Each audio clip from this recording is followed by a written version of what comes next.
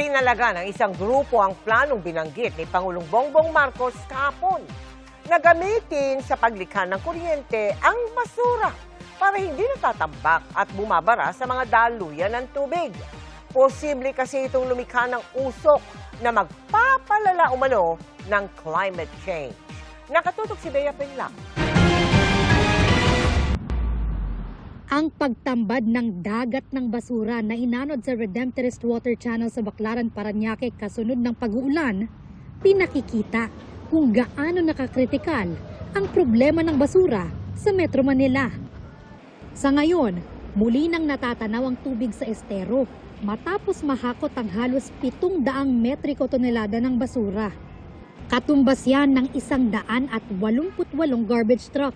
Sa datos ng Department of Environment and Natural Resources o DENR, aabot ng 65,000 tons ng basura ang nage-generate sa Pilipinas sa isang araw. Pero nasa 52% lang daw nito ang nakokolekta. Ang iba, tinatapon sa mga daluyan ng tubig at mga kalsada.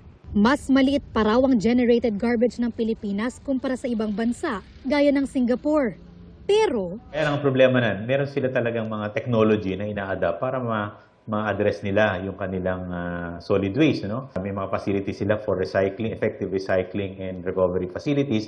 Dito sa atin, kulang yon.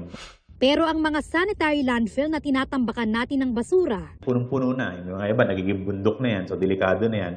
kaya plano ng gobyerno magtayo ng waste-to-energy facilities para ma-convert ang basura sa enerhiya.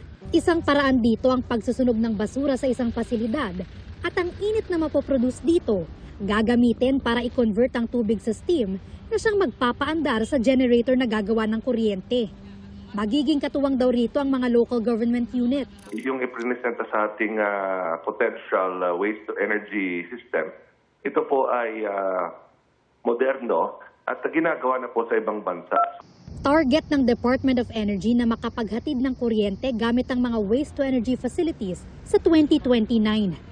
Pero handa na ba ang Pilipinas para rito?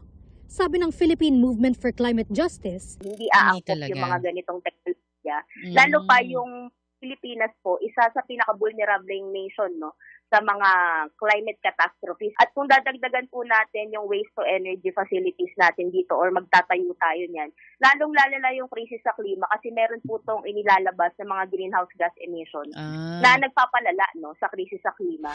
We will be pushing for technology, but of course, without sacrificing naman yung environmental integrity natin. sabi ng Department of Energy, bahagi lang ng solusyon sa problema sa basura ang waste-to-energy projects. Tiniyak din nilang tatalima sila sa environmental laws and standards sa pagsulong nito. Bea Pinlac, Nakatutok, 24 Oras.